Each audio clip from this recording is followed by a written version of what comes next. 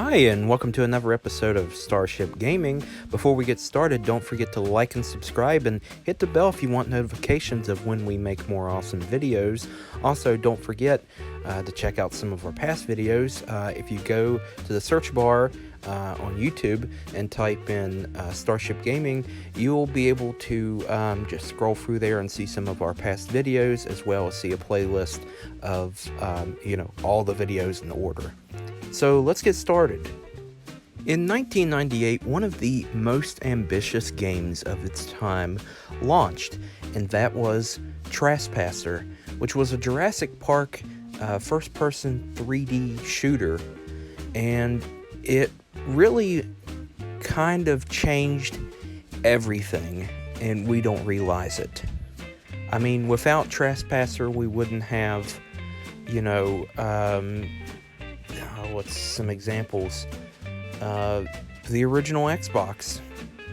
Yes, it did in fact inspire the original Xbox, and it also had influence on other games such as Half-Life and the Far Cry series. And it was one of the first major games to have a major outdoor environment, an open environment, where you can interact with the environment and have this open world to interact with. But when it launched in 1998, it was rushed, they didn't get to finish everything, and it was a buggy mess. But over the years, they've been able to fix that. There's been patches that have been put out there. I should say fan patches that have made gameplay more smooth and, made it work on more modern PCs. But for the time that this was made, it was really ambitious. The one major problem that it ran into right after its release was computers not being able to run it. A lot of computers. You basically had to have a very high-end PC to be able to run this game in 1998, which, that would have been thousands of dollars. So if you're not familiar with Trespasser, basically you play the character of Anne and you crash land on Isla Sorna, and you basically have to fight your way through the island to escape. I'm going to say about 90% of the enemies are velociraptors, and in the very last level, as you escape the island, you have to fight, I'm trying to think how fans have called it, the Mega Raptor or the Super Raptor. I call it the Super Raptor. I myself have played this game, and I absolutely, of course I've played the patched version, but I love this game. The first time I ever played it was probably 2003. Of course, I played the original release, and it was super buggy. I played through it, and then I sat down years later, probably over a decade later, and played it again. Of course, patched, fixed, works perfectly fine, runs smooth on a more modern PC, and it was it's probably one of my top 10 favorite games of all time. It more or less, when you think down to it, of course I did a video way back when. If you haven't seen it, use this for reference. Starship Gaming episode 3, where I discussed Doom clones, specifically GoldenEye for the 64, Nintendo 64 being a Doom clone. This is kind of a Doom clone. Everything after Doom was more or less inspired by Doom.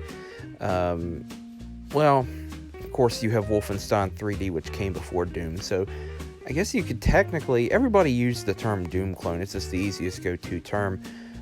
Everybody should be saying a Wolfenstein 3D clone, but that's just too long to say, so I could see why they went with the term Doom clone. But it more or less is a Doom clone, but in a three-dimensional environment that is completely different from what Doom and Doom 2 at the time was. So, honestly, secretly, I'm going to say, this is probably one of the best Jurassic Park games. there's nothing like it. It's a complete survival horror, I guess you could say, survival horror experience. And if you haven't played it, you really need to give it a try. It is definitely worth playing. Of course, I recommend getting a patched version.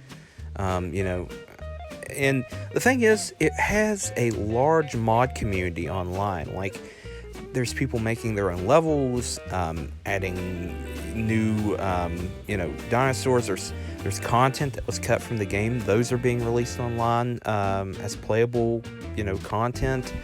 So it's really something that I think people need to check into, because that just makes the experience all the better.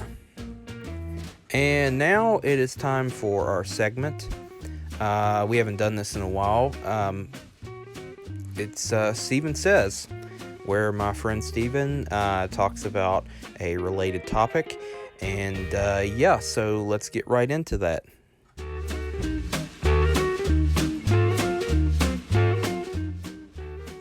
Get Jurassic Park for Jurassic Park The Lost World for PlayStation. And I know you've probably been seeing me get the black label. I just want to play the game. I just got the game. And what were my whole thoughts about the game? My whole thoughts about the game was, it was actually pretty good. Only area I thought, okay, this is the only level I don't like, is I don't really like the human level. Mostly just because I kind of like, say, the levels where you're the dinosaur, because I like the world where you can actually just fight, kill the humans. But, I mean, at first when I started playing the game, I thought, okay, this is pretty easy. But then I thought, okay, when you're the dinosaurs, how do you regain health? That was the one thing I thought, okay, I don't know how to do it. But then I thought, okay, internet, help me out on this. And it was triangle and up, and for certain dinosaurs sometimes it was different. Sometimes it was triangle and up. What you had to do is you had to stun them, knock them down, and then bite them. And then it was what you do. You knock them down, and then you use the R2 or left or L2. And you fight them, and that was actually pretty easy. The best funnest level is playing as a copy. Mostly just because that was the fastest character. That's the fastest character you get to play as. Although it's fun to play as a T-Rex, it is so much fun playing as T-Rex because you go, and that's just so much fun to do. It really is. The human level, like I say, that's the only part I don't like. The human soldier, and I know I got it for the green label, which is considered the easier version, but my thing is, I'm playing the game. Doesn't matter which version. I guess the one thing I kind of wanted more of, I love PlayStation 1, I really love it, it's my favorite system. But I guess one thing I would love for a Jurassic Park game is, I would love a Jurassic Park game where it is, you get to explore the worlds, and it's more of a horror game, like say Alien Isolation. Like you get to choose your weapons, but it's better to also try to run away or, hide. But I know this is not just Park related. I still think the best game that has dinosaurs in it is Turok for PS3.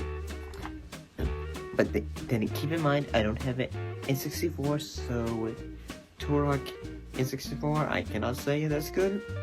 I'm just gonna say Turok for PS3 is really dang good. And so is Jurassic Park The Lost World for PlayStation 1. If you ever find it, I totally recommend checking it out. It's pretty dang fun. It really is.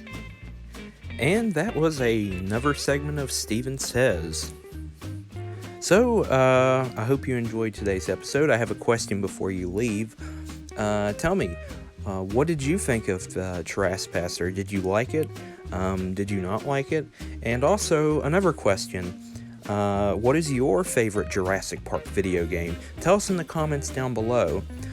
So that's our show. Don't forget to like and subscribe. It really helps out. It helps us grow. It helps keep us motivated to make more awesome videos. And hit the bell if you want notifications of when we do more awesome videos. And until next time, I will see ya.